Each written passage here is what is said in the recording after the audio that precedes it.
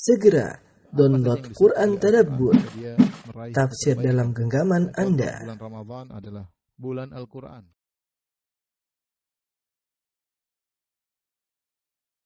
Bismillahirrahmanirrahim. Assalamualaikum warahmatullahi wabarakatuh. Alhamdulillahi ala ihsani wa syukru lahu ala taufiqihi wa amdinani. Asyhadu an la ilaha illallah wahdahu la syarika lahu ta'ziman li sya'nih wa asyhadu anna Muhammadan abduhu wa rasuluhu da'i ila ridwani. Allahumma shalli alaihi wa ala alihi wa ashabihi wa ikhwani. Para pemirsa Roja TV dan juga Radio Roja dimanapun Anda berada, kita melanjutkan sama-sama berusaha untuk menelaah ayat-ayat Allah Subhanahu wa taala, berusaha mengambil faedah dari ayat-ayat Allah, dan kita sampai pada surat Yasin ayat ke-37. Allah Subhanahu wa taala berfirman, "Wa ayatul lahumul lailu naslakhu minhu an-nahara fa idahum mudhlimun." Kata Allah Subhanahu wa taala, dan satu tanda kekuasaan Allah yang besar bagi mereka adalah malam hari. Kami tanggalkan siang dari malam itu, maka dengan serta-merta mereka berada dalam kegelapan. Setelah Allah sebutkan pada ayat-ayat sebelumnya tentang tanda-tanda kebesaran Allah, ya, Allah mengatakan wa ayatul lahumul ardul maitatu ahyainaha. Di antara tanda-tanda kebesaran Allah yang menunjukkan Allah Maha Kuasa dan Maha membangkitkan mereka pada hari kiamat kala adalah bumi yang mati kemudian Allah hidupkan lagi. Allah berbicara tentang yang ada di atas muka bumi, maka Allah berpindah sekarang pada tanda-tanda yang lain yang berkaitan dengan benda-benda langit, ya. Dari satu sisi, benda langit Allah akan berbicara tentang matahari, tentang rembulan. Demikian juga dari satu sisi Allah berbicara tentang zaman, ya, tentang zaman, bahwasanya zaman itu juga adanya zaman, adanya hari, adanya bulan, adanya tahun adalah di antara kekuasaan Allah Subhanahu wa taala yang bisa mengatur alam semesta ini dengan begitu kokohnya, dengan begitu hebatnya.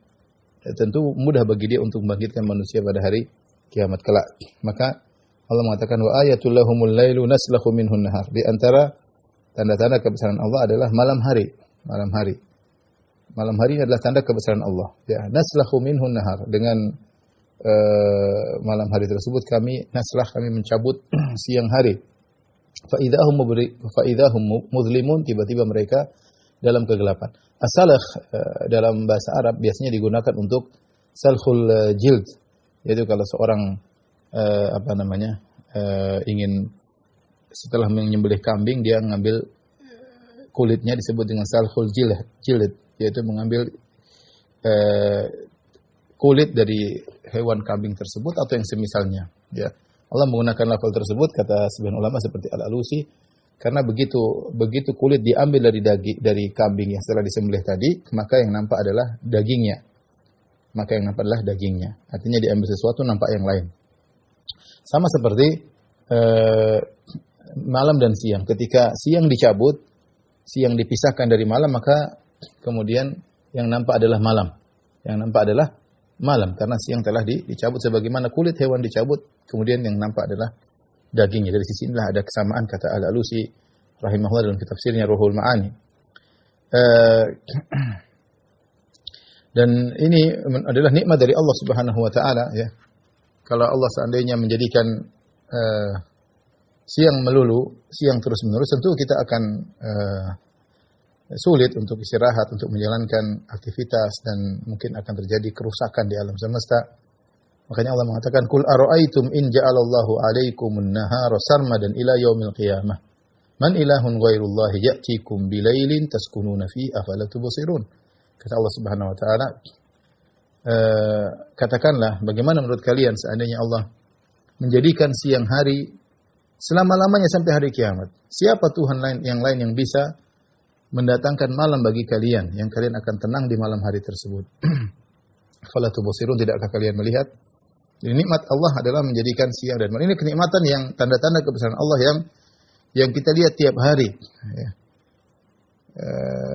Laila wan nahara khilfatan, perubahan siang dan malam, ya, perubahan terang dan gelap, keagungan Allah yang kita lihat. Liman arada ayyadzakkara aw arada syukura, bagi orang yang ingin mengambil pelajaran untuk mengingat Allah dan untuk bersyukur kepada Allah. Maka Allah sebutkan ini di antara tanda kekuasaan Allah adalah menjadikan siang, kemudian siangnya dicabut oleh Allah, kemudian tiba-tiba muncul malam hari. Kemudian Allah Subhanahu wa taala berfirman tentang matahari setelah itu, karena ini berkaitan dengan siang dan malam adalah benda-benda langit, matahari, rembulan ya. Saya katakan tadi setelah Allah menyebut tentang kekuasaan Allah tentang benda-benda di bumi, sekarang Allah sebutkan tentang benda-benda langit, matahari dan rembulan, dan berkaitan dengan perubahan silih bergantinya siang dan malam dan juga perubahan waktu. Allah berfirman setelah itu ayat 38, "Wasyamsu tajri limustaqarrin laha dzalika taqdirul azizil alim." Dan matahari berjalan di tempat peredarannya. Dzalika taqdirul azizil alim. Dan itu adalah ketetapan Allah yang Maha perkasa lagi Maha mengetahui. Takdir itu kekuasaan Allah yang Al-Aziz, yang Maha perkasa dan Maha mengetahui. Dalam bahasa Arab, tajri diambil dari jaryu. Al-jaryu itu al-masyu bisyiddah, jalan dengan cepat. Hampir seperti lari. Kalau kita mengatakan al-masyu jalan biasa, tapi al-jaryu ijri berarti maksudnya lebih cepat sampai mendekati lari, disebut dengan al-jaryu. Di sini Allah mentakbir wasyamsu tajri, matahari mengalir ya, bergerak ya, mengalir. Ya, apalagi disebut dalam nanti ayat selanjutnya fi falakin yasbahun, seperti berenang di falak. Itu matahari berjalan dengan cepat. Ini menunjukkan matahari tidak diam, tapi dia bergerak. Dia bergerak mengitari sesuatu. Ya, makanya Allah menggunakan lafaz tajri, bergerak mengitari sesuatu, dan gerakannya tentu sangat cepat, apalagi matahari yang sangat besar seperti itu ya. Tentu wallahu alam sebesarnya seperti apa, tapi demikianlah sebagian pakar-pakar astronom mengatakan bahwasanya matahari sangat besar, entah berapa kali lipat daripada bumi ya. Kemudian jaraknya jauh dari bumi sekitar 150 juta kilometer, itu perkataan mereka. Wallahu alam akan kebenarannya ya. Tetapi Allah menyebutkan bahwasanya matahari bergerak ya, di mustaqarrilaha, menuju kepada tempat istiqrarnya. Nah, istiqrarnya ini ada khilaf di kalangan para ulama. Ada yang mengatakan tajri di mustaqarrilaha, maksudnya mustaqar zamani, yaitu berkaitan dengan waktu. Yaitu bahwasanya matahari akan terus mengalir tidak berhenti sampai waktunya dia berhenti, yaitu ketika hari kiamat kelak. Ini tafsiran sebagian ulama. Di mustaqarrilaha ay mustaqar zamani, tempat istiqrar itu kan tempat menetap kalau bahasa Arab ya. Sampai dia berhenti pada waktunya, dan itu ketika hari kiamat kelak ya. Karena Allah berfirman dalam surat Ibrahim, "Wasakhkhara lakumus syamsa wal qamara da'ibain wa sakhkhara lakumul laila wan nahar." Dan Allah menundukkan, mengatur bagi kalian syamsa wal qamar da'ibain, matahari dan bulan yang terus tidak pernah berhenti. Da'ibain itu terus menerus seperti itu. Kapan berhenti? Nanti pada hari kiamat baru berhenti tugas mereka. Ya, ketika idza syamsu kuwirat, ketika matahari sinarnya diredupkan oleh Allah Subhanahu wa taala, wa jumi'a syamsu wal qamar, matahari digabungkan dengan rembulan. Tapi ini makna pertama, mustaqarrilaha, maksudnya matahari akan terus mengalir tidak berhenti. Dan kalau kita baca perkataan ahli astronomi, mengatakan matahari sudah tercipta entah berapa miliar tahun yang lalu, ya Allah alam ya. Dan semenjak itu dia sudah berjalan sampai dia berhenti pada hari kiamat kelak. Siapa yang bisa mengatur ini semua? Kemudian bayangkan kalau benar perkataan mereka ahli-ahli astronom ini yang mengatakan jaraknya 150 juta tahun, bagaimana panas matahari bisa konstan sampai ke bumi dengan jarak sekian? Betapa energi yang keluar bisa sampai 150 juta tahun, 150 juta kilometer ya, sampai ke sini dengan energi yang konstan. Dan bagaimana energi matahari tidak habis-habis sejak miliaran tahun yang lalu ya, tidak habis-habis. Siapa yang bisa bikin ini semua? Siapa yang bisa nyalain api terus menerus? Kita nggak mampu dunia ini. Bahan bakar habislah, apalah. Ini bayangkan ya, matahari 150 juta kilometer, cahayanya panas, sinarnya sampai ke bumi dengan konstan dan stabil ya. Seandainya matahari maju sedikit, tentu bumi akan terbakar, akan rusak atmosfer dan yang lainnya. Kalau matahari mundur, bisa jadi bumi akan jadi dingin dan manusia tidak bisa hidup di atasnya. Dan ini kenikmatan matahari luar biasa, berkaitan dengan banyak kejadian dalam atas muka bumi ini. Berkaitan dengan orang bekerja melihat cahaya, ya, bisa juga sumber energi listrik dengan matahari, berkaitan dengan kehidupan hewan-hewan, berkaitan kehidupan tumbuhan kapan berbunga, kapan musim semi, banyak berkaitan dengan matahari. Ya. Kalau tidak ada matahari maka rusak semua kehidupan di alam semesta ini. Ya, makanya saking hebatnya matahari banyak orang nyembah matahari. Banyak orang nyembah matahari. Maka datanglah Al-Qur'an, syariat Islam menjelaskan matahari bukan Tuhan, dia diatur. Ya, dia diatur, makanya dijelaskan dia berjalan sesuai dengan aturannya fi falakin yasbahun. Karena banyak orang mengagungkan matahari, bahkan menyembah matahari. Mungkin sampai sekarang masih ada yang menyembah matahari. Ya.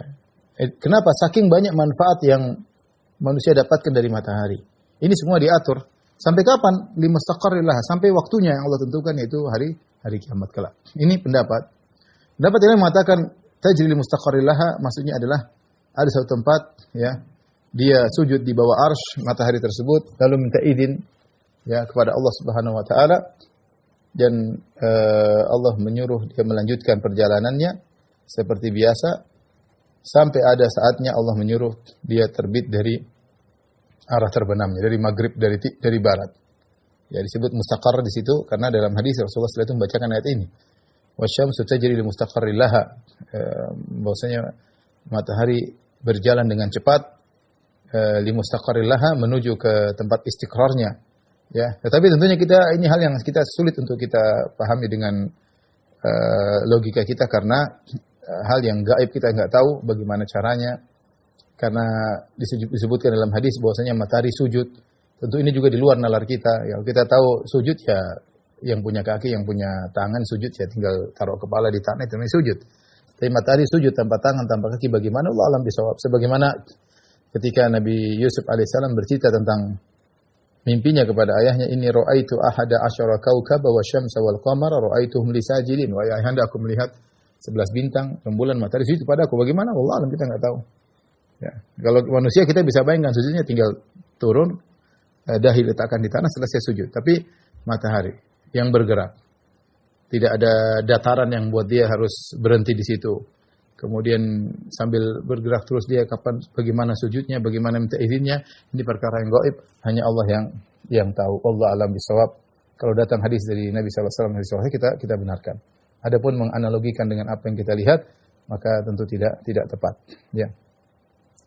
Kata Allah, dzalika taqdirul azizil alim. Ini semua karena takdir, itu karena ketetapan, ya. Allah yang mentakdirkan semua, Allah yang mengatur semuanya. Al-Azizil Alim, yang Maha Perkasa dan Maha Berilmu. Artinya yang bisa melakukan ini memiliki dua sifat utama. Maha Perkasa, dalam hebat, gimana bisa ngatur benda sebesar ini.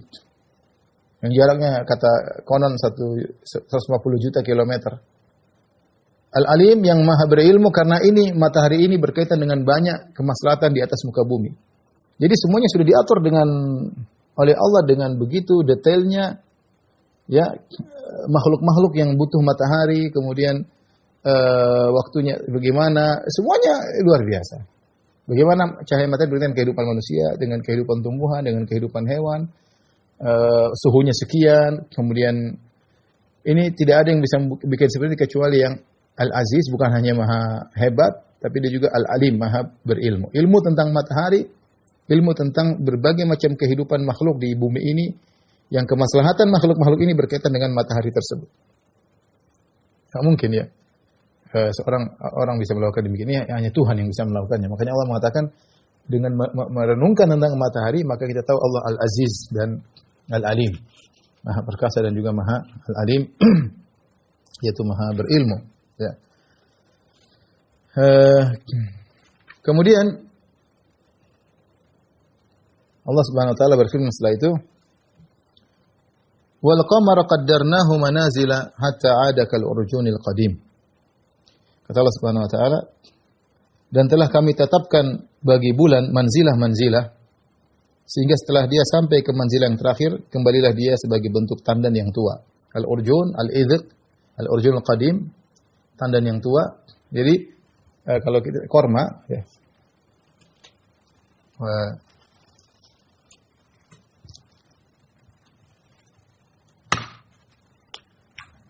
Ini pohon korma. Ya. Nanti di sini ada apa namanya al-idhiq. Al-idhiq itu tangkai ini.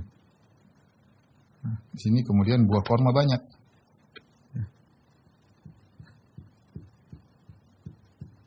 Ini buah korma ya.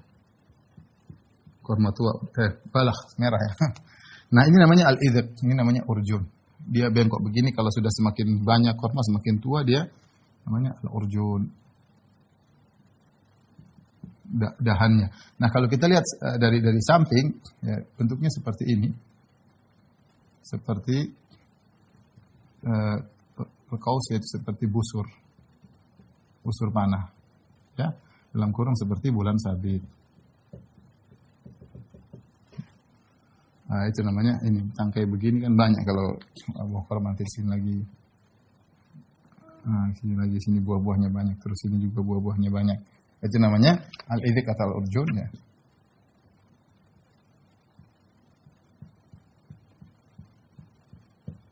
Mudah-mudahan bagus. Baik, nah itu namanya al-urjun. Lanjutkan, kata Allah Subhanahu wa taala, wal qamara qaddarnahu manazil. Kami mentakdirkan bagi qamar manazil. Manazil itu manzil, jamak dari manazil. Jadi al-qamar yaitu rembulan, bagi pakar astronom ya, saya tadi mencoba untuk memahami ya. Jadi rembulan itu setiap hari dia di langit berubah tempatnya. Ada yang mengatakan 13 derajat berubah ya. Setiap hari sampai 28 tempat. Jadi kalau kita bayangkan langit kan ada peta bintang begitu banyak. Bintang ini. Pakar astronomi tahu, ini bintang namanya, bintangnya. Dalam bahasa Arab juga mereka punya nama-nama sendiri. Nah, misalnya bintang bertaburan. Bintang ini secara secara global menetap bentuknya seperti itu ya. Kemudian bergerak ya. Nah, rembulan dia berbeda-beda. Hari pertama terbit dia terbit di daerah bintang sini. Kemudian dia berjalan. Berikutnya kalau tidak salah 13 derajat dia berubah lagi ke daerah berikutnya. Jadi setiap hari posisi rembulan itu berbeda dibandingkan dengan bintang-bintang tersebut. Bintang tersebut gampangannya background ya. Kalau kita gampangannya begini. Ya. Jadi misalnya gampangannya misalnya ini bintang-bintang, ada bintang bentuk Scorpio lah, bentuk apalah misalnya. Kan bintang-bintang itu banyak. Ya. Ini anggap saja latar belakang ya, yang tidak berubah. Nah, rembulan itu dia berubah-berubah. Misalnya hari pertama dia muncul di sini ya. Nanti hari kedua entah dia muncul misalnya di sini. Nanti hari ketiga muncul kemana lagi ya. Apa di mana saya kurang tahu, tapi intinya dia ada manazil. Ini namanya manzil tempat terbitnya. Kemudian manzil kedua, manzil hari kedua, kemudian nanti manzil ketiga. Ya, manzil jamaknya manazil ya. Al-manazil disebut dengan al-manazil, jamak dari manzil. Nah, jumlah manzil-manzil ini jumlahnya ada 28. 28 manzil. Jadi terbitnya rembulan dibandingkan dengan background tersebut berubah-ubah. Hari pertama mungkin hari kedua. Mereka gambarkan ya, cuma saya tidak paham nama-nama rembulan. Mereka bilang hari pertama dia akan muncul di antara bintang ini dengan bintang ini. Hari kedua dia akan muncul di antara gugusan bintang ini dan seterusnya sampai ke 28. Nah, 29 dia disebut dengan muhaq atau istitar, dia hilang ya. Hari ke-29 dan hari 30 ya.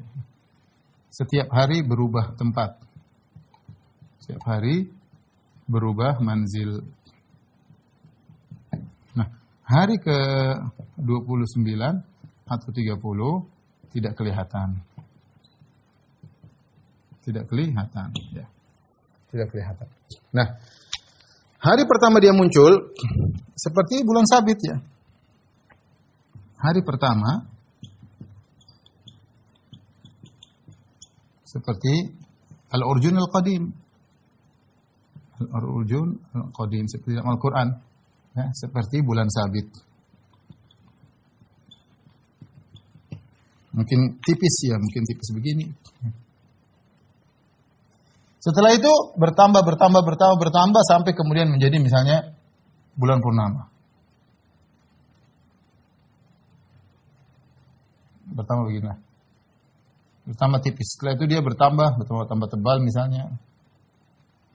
Saya juga nggak begitu hafal bentuk-bentuk rembulan ya. Jelas rembulan itu indah. Kemudian semakin besar lagi misalnya sampai bulan purnama. Setelah bulan purnama, kemudian berkurang sampai kembali lagi. Disebut al-urjun al-qadim. Allah mengatakan wal qamara qaddarnahu manazil, dan rembulan kami tentukan manazil seperti ini hatta ada, sampai dia kembali kar urjunil qadim, dia kembali seperti ini. Ketika Allah mengatakan dia kembali, berarti awalnya seperti itu. Kata Allah hatta ada ini kembali artinya. Allah hanya menyebutkan bentuk akhirnya seperti bulan sabit. Berarti bentuk awalnya juga sama, karena kata Allah kembali. Berarti bentuk awal dan bentuk akhir sama. Kembali ini menunjukkan bentuk akhir dan bentuk akhir sama dengan bentuk awal, yaitu al-urjun al-qadim.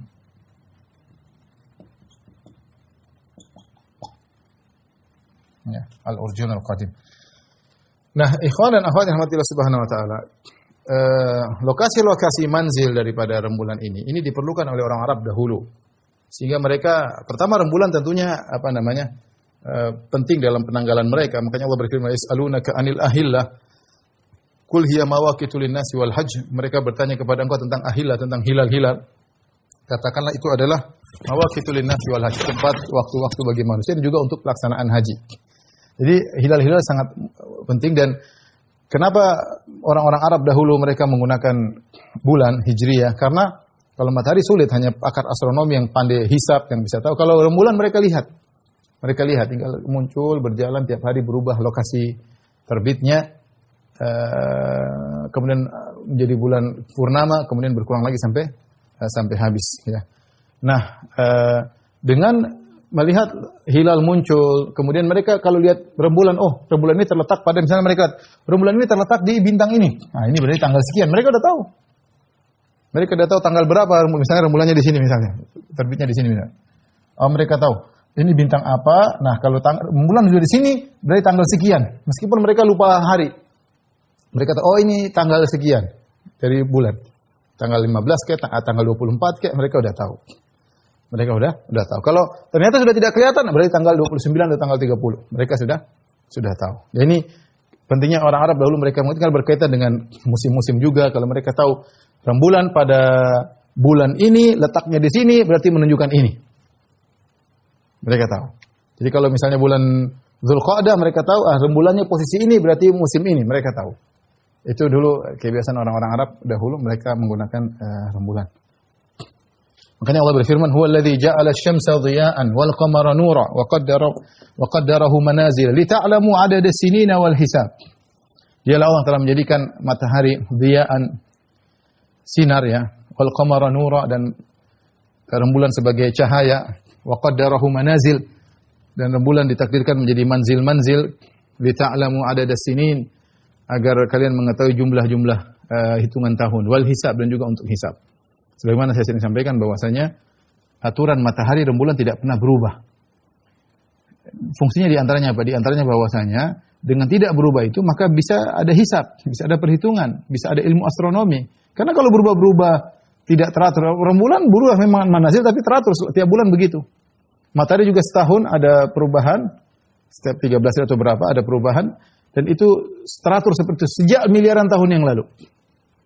Dengan begitu Allah mengilhamkan kepada manusia untuk punya ilmu tentang ilmu hisab. Berkaitan dengan musim, berkaitan dengan tanaman, berkaitan dengan panen dan yang lainnya ya. Lita'lamu adada sinina wal hisab. Itu ilmu yang Allah ilhamkan kepada manusia. Dan ini pertama faedahnya. Yang kedua, menunjukkan bahwasanya rembulan dan matahari adalah makhluk. Ya. La tasjudu lisyamsi wala lilqamar, wasjudu lilladzi khalaqahunna. Janganlah kalian sujud kepada matahari dan rembulan. Wasjudu lilladzi khalaqahunna, tapi sujud kepada yang menciptakan matahari dan rembulan. Ya. Buktinya mereka tidak bisa apa-apa Sehingga mereka diatur. Kalau mereka adalah Tuhan apalagi tentu mengatur. Mereka tidak mengatur, mereka diatur. Maka tidak pantas kemudian matahari dan rembulan disembah sebagaimana dilakukan oleh sebagian manusia. Baik, ini tadi wal qamara qaddarnahu manazil, kami takdirkan bagi rembulan ada manazil ya. Yang setiap manzil tersebut ada perubahan cahaya ya. Semakin dari tipis kemudian berubah, bertambah, kemudian bertambah, dan demikianlah ini mengingatkan kita kepada kata Syekh Utsaimin rahimahullah, ini mengingatkan perubahan rembulan dari sangat halus kemudian semakin tebal sampai purnama, kemudian berkurang lagi sampai habis, mengingatkan kita terhadap kondisi manusia. Allah berfirman, Allahul ladzi khalaqakum min dha'fin tsumma ja'ala min ba'di dha'fin quwwah. Allah yang telah menciptakan kalian dari kelemahan, dari air mani yang sangat hina, tidak bisa apa-apa. Mimma indafiq, dari air mani yang terpancarkan. Mimma immahin, dari air yang hina. Kemudian keluar dalam kondisi lemah, tidak bisa apa-apa. Tsumma ja'ala min ba'di dha'fin quwwah. Seperti rembulan, tadinya sinarnya sedikit kemudian berkembang. Setelah Allah menjadikan setelah kelemahan tersebut Allah berikan kekuatan. Tsumma ja'ala min ba'di quwwatin dha'fan wa syaibah. Kemudian setelah puncak kekuatan, di umur 35 atau berapa, Allah mulai menjadikan kelemahan, bahkan tua. Ini semua mengingat kita bahwasanya kita ada waktunya, ya ada waktunya. Sekarang mungkin di puncak-puncak kekuatan lemah kita mulai lemah ya. Kata orang kalau sudah mulai 40 tahun ke atas, penyakit-penyakit yang dulu tersembunyi mulai muncul. Mulai sering pusing, mulai kolesterol, mulai asam urat, mulai gula dan lain-lain ya. Ya, maka seorang ketika sudah mencapai usia 40 tahun, sudah saatnya dia berhenti main-main ya. Dia akan menuju ke titik lemah. Ya. Sudah cukup kalau kita main-main sampai umur 40, canda sana, canda sini gimana. Saatnya kita fokus ibadah. Kita sudah mulai siap terjungkal jatuh ke bawah, entah kapan kita sampai pada titik game over ya. Oleh karenanya seorang berusaha mawas diri, tahu diri, sadar diri, terutama ketika usianya sudah 40 tahun. Ya meskipun banyak orang yang meninggal sebelum 40 tahun. Tapi maksud saya kalau kita sudah diberi umur sudah 40 tahun, maka kita waspada. Waktu kita untuk menanam untuk tinggal sedikit. Tidak banyak. Sementara yang kita hadapi di akhirat kelak waktu yang sangat panjang, yang tidak terhingga. Yang semua waktu yang tidak terhingga tersebut, kebahagiaan atau kesengsaraan, semua dibangun di atas apa yang kita tanam di dunia ini yang waktunya sangat singkat. Ketika Syekh Utsaimin rahimahullah mengatakan bahwasanya kondisi rembulan yang berubah dari lemah, kemudian sempurna, purnama, kemudian turun lagi, kemudian hilang. Hilang pada malam 29, malam 30 hilang. Sama seperti manusia, ya. Maka jangan seorang merasa dirinya selalu sebagai purnama ya. Ada saatnya dia menjadi bulan sabit kemudian akan sirna. Kemudian Allah Subhanahu wa taala berfirman setelah itu, la syamsu yanbaghi laha an tudrikal qamar wal lailu sabiqun nahar. Wa kullun fi falakin yasbahun. Tidak mungkin bagi matahari mendapatkan bulan, tidak mungkin matahari mendapati bulan. Kemudian walal lailu sabiqun nahar, dan tidak mungkin malam juga mendahului siang. Wa kullun fi falakin yasbahun, masing-masing mengalir pada garis edarnya. Matahari pada garis edarnya, orbitnya, rembulan pada orbitnya.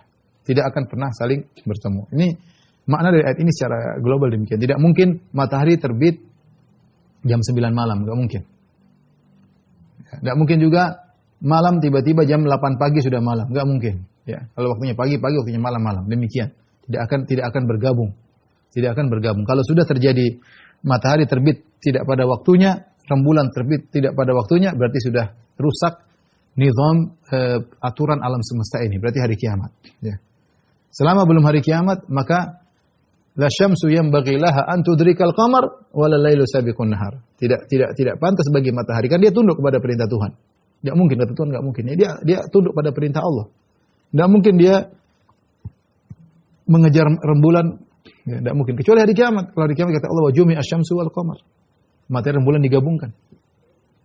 Sementara belum hari kiamat, maka tidak ada ceritanya seperti itu. Ya, masing-masing pada waktunya. Tidak mungkin malam tiba pada sebelum waktunya. Wala lailu sabiqun nahar, tidak mungkin malam tiba sebelum waktunya. La syamsu yanbaghi an tudrikal qamar, dan tidak mungkin siang terbit pada sebelum waktunya. Sampai jam 12 malam sekarang terbit matahari, berarti ada perubahan. Berarti ada sesuatu, berarti nizamul kaun, aturan alam semesta sedang dirubah oleh Sang Pencipta, dan itu menjelang hari kiamat atau pas hari kiamat.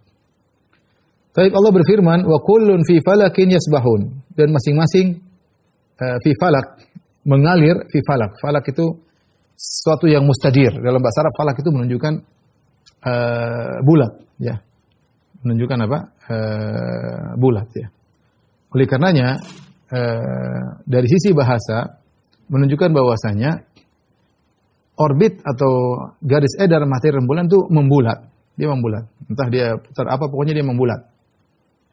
Semuanya bergerak, matahari bergerak, rembulan bergerak. Karena Allah mengatakan wa kullun fi falak, masing-masing di falak. Falak itu garis orbit, dan dia dikatakan orbit maksudnya dia membulat, karena falak secara bahasa Arab artinya membulat. Ya, dia bukan jalan lurus gitu, nggak kembali, dia membulat, mutar kembali.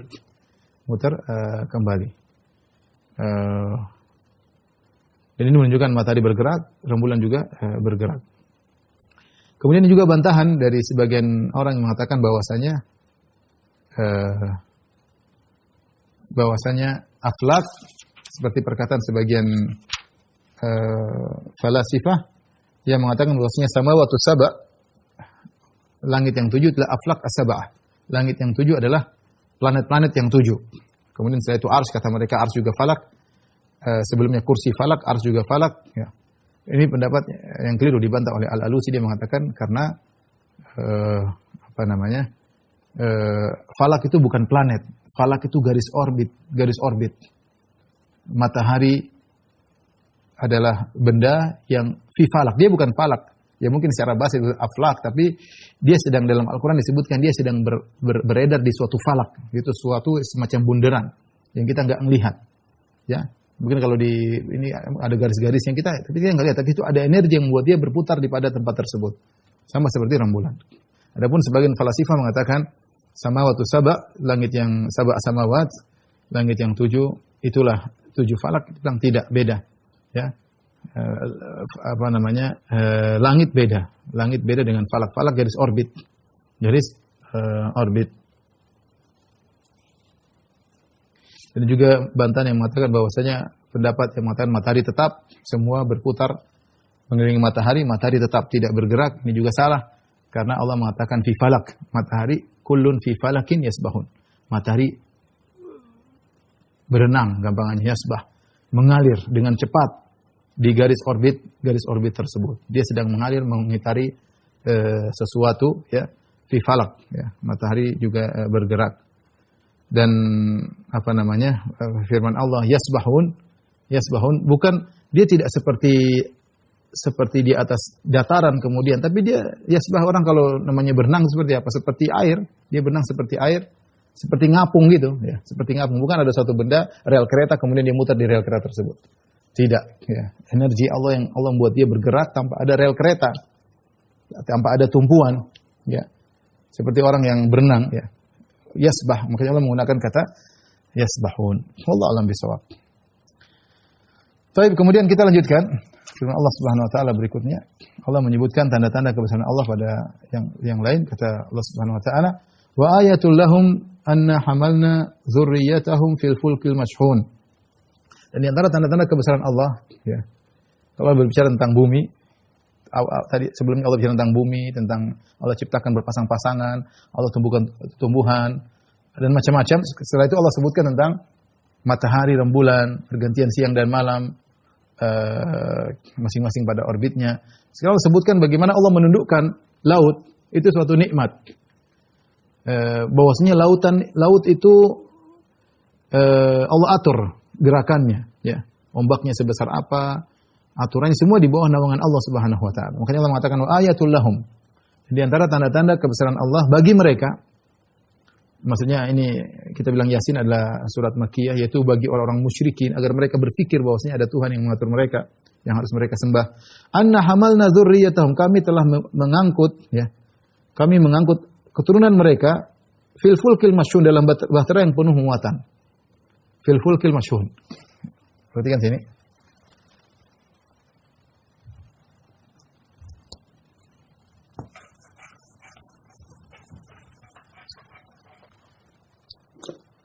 Allah mengatakan, ini saya sudah pernah bahas juga ya, tapi saya ulangi aja. Anna hamalna dzurriyyatahum fil fulkil mashhun.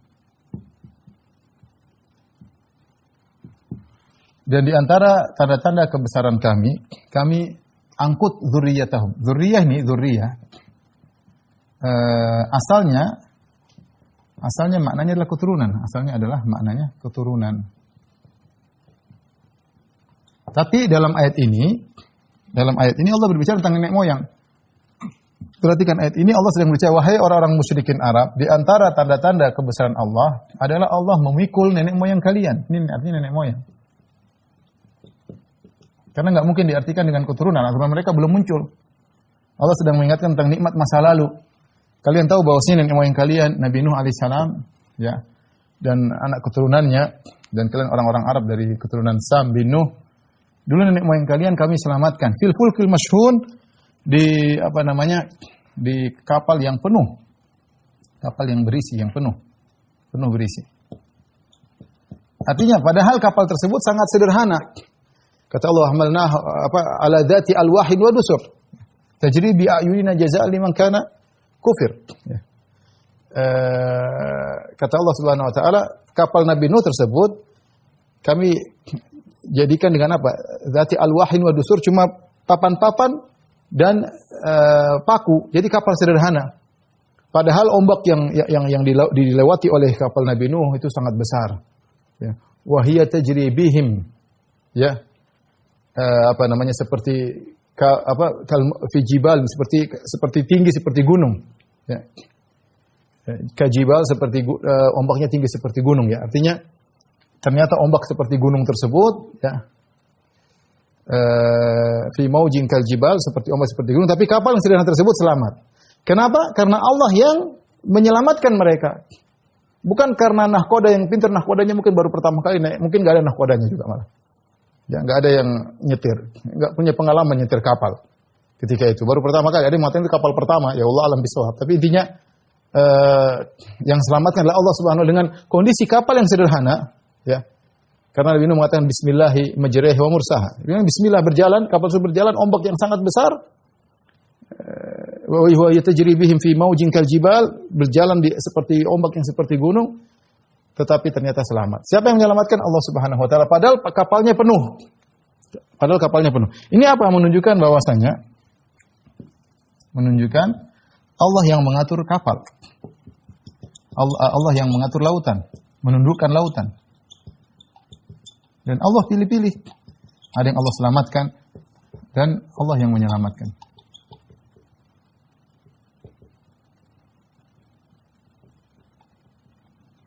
Allah yang menyelamatkan, ya. Makanya setelah itu Allah berfirman, "Wa khalaqna lahum min mithlihi ma yarkabun." Ya. Sebelum kita lanjutkan ayat berikutnya, jadi dzurriyyah dalam bahasa Arab, dan ini pendapat yang kuat, ya. Ada yang mengatakan dzurriyyah sini maksudnya hum, di sini jins, tapi saya lebih condong pendapat sebagian ulama bahwasanya dzurriyyah terkadang maknanya adalah keturunan, sebagian yang masyhur terkadang maknanya adalah nenek moyang yang di atas, ya. Oleh karenanya sebagian ulama ketika menafsirkan tentang firman Allah Subhanahu wa taala, walladzina amanu wattaba'tuhum dzurriyyatuhum biimanin alhaqna bihim dzurriyyatahum wa ma alatnahum min amalihim min syai' kullu imrin bima kasaba rahim, dalam surat At-Tur, bahwasanya orang beriman dan diikuti oleh dzurriyyah mereka, keturunan mereka. Ada yang mengatakan termasuk orang tua. Alhaqna bihim dzurriyyatahum, maka kami akan mengumpulkan mereka bersama dzurriyyah mereka. Sehingga ini dalil bahwasanya terkadang orang tua bisa beri manfaat kepada anak, sehingga anak yang tadinya level bawah bisa naik di surga selevel dengan orang tua, dan sebaliknya. Anak juga bisa menjadikan orang tua naik level, dan dua-duanya ada dalilnya, ya. Anak punya pengaruh terhadap orang tua punya pengaruh terhadap anak. Dan dzurriyyah dalam ayat tersebut dalam surat Tur bisa diartikan anak-anak yang menyusul orang tuanya yang soleh sehingga anak-anak derajatnya naik, atau dzurriyyah maknanya adalah orang tua yang dimana anak-anak mereka lebih soleh, sehingga kemudian orang tua naik derajat gara-gara anak mereka. Ini semangat bagi kita. Kalau kita memang pas-pasan, jangan lupa anak-anak kita didik yang sebaik-baiknya. Dan kita juga berusaha untuk menjadi yang terbaik mumpung Allah masih memberikan nafas bagi kita. Kemudian kata Allah Subhanahu wa taala, "Wa khalaqna lahum min mithlihi ma yarkabun." Dan kami ciptakan untuk mereka yang akan mereka kendarai seperti bahtera tersebut. Ya, jadi Allah sebutkan bahwasanya akan ada kapal-kapal yang lain yang seperti kapal Nabi Nuh. Mimithlihi, yaitu sama-sama Allah tundukkan lautan sehingga kemudian kapal yang penuh berisi berat tersebut bisa berjalan di atas laut, dan ini suatu hal yang menakjubkan. Kalau tidak ada kapal maka orang tidak bisa berpindah dari satu tempat ke tempat yang daratan satu ke daratan yang lain. Di antara yang mudah adalah dengan kapal bisa mengangkut barang yang banyak. Pesawat terbang bisa, cuma terbatas. Dengan kapal bisa sebesar-besarnya, selebar-lebarnya, dan bisa memikul barang yang sangat-sangat banyak. Kata Allah, wa in nasya' nugrikuhum fala sarikha lahum wa lahum yunqadhun. Kalau kami berkehendak kami akan buat mereka tenggelam. Jadi yang membuat mereka selamat adalah Allah, yang buat lautan bisa menahan kapal adalah Allah Subhanahu wa taala. Dan ini memberikan kita peringatan, kalau kita pernah diselamatkan kita ingat atas nikmat Allah, karena Allah menyuruh kita ingat. Betapa sering kita mungkin mau binasa, mau hancur, Allah selamatkan kita dengan sebab apapun. Jangan kita bersandar kepada sebab, tapi kita bersandar kepada yang mendatangkan sebab tersebut. Banyak kejadian kita mungkin kita hampir mati nggak jadi mati, hampir hancur nggak jadi hancur. Hampir seperti ini. Walau nasya, kata wa inna nasya nugrikuhum, kata Allah, kalau kami berkeinginan kami akan tenggelamkan mereka. Fala sarikha lahum, maka tidak ada yang minta tolong. Tenggelam selesai, mati semua. Walahum yunqadhun, dan tidak ada yang, dan mereka tidak diselamatkan. Illa rahmatan minna, kecuali rahmat dari kami. Ya, kami selamatkan mereka karena rahmat yang besar dari kami. Wa mata'an ila hin, dan untuk memberikan mereka kesenangan hidup sampai waktu yang telah ditentukan. Ya. Kami selamatkan mereka, mereka tidak jadi tenggelam. Tapi apakah mereka akan selamat selama-lamanya? Kata Allah, benar, itu rahmatan minna. Kami selamatkan mereka karena rahmat dari kami. Tapi ingat, wa mata'an ila hin, kemudian mereka bersenang-senang sampai pada waktunya. Kehidupan itu ada ujungnya. Anda sekaya apapun, Anda sehat apapun, sebugar apapun, akan ada waktunya Anda jadi peot, menjadi siap. Mau cantik apapun akan pudar kecantikan tersebut. Ada waktunya dan akan meninggal dunia. Makanya Allah mengatakan ilahin, mereka diberi kesenangan sampai suatu waktu yang telah ditentukan. Ya, dan ini dalil ikhwan dan akhwat yang dirahmati Allah Subhanahu wa taala. Kita bersenang-senang diberi nikmat oleh Allah, tapi ingat ada waktunya, tidak selama-lamanya demikian. Kemudian yang kedua, di antaranya kita berusaha untuk mengingat nikmat-nikmat Allah. Nikmat Allah bukan hanya yang sekedar di depan kita saja, bahkan kita diselamatkan oleh Allah. Itu juga nikmat yang harus kita ingat-ingat. Ya, ingat-ingat agar kita tidak lupa kita pernah diselamatkan oleh Allah Subhanahu wa taala. Sebagaimana Uwais Al-Qarani ketika dia berdoa untuk disembuhkan dari penyakit baros, dia minta disisakan sedikit di pusarnya agar dia ingat bahwasanya dia dulu pernah seperti itu berpenyakit, kemudian Allah Subhanahu wa taala menolongnya, ya. Allah menolongnya, maka dia minta kepada Allah Subhanahu wa taala untuk menyisakan sisa dari penyakit tersebut agar dia selalu ingat kepada Allah Subhanahu wa taala. Wallahu a'lam bishawab. Wabillahi taufiq wal hidayah. Assalamualaikum warahmatullahi wabarakatuh.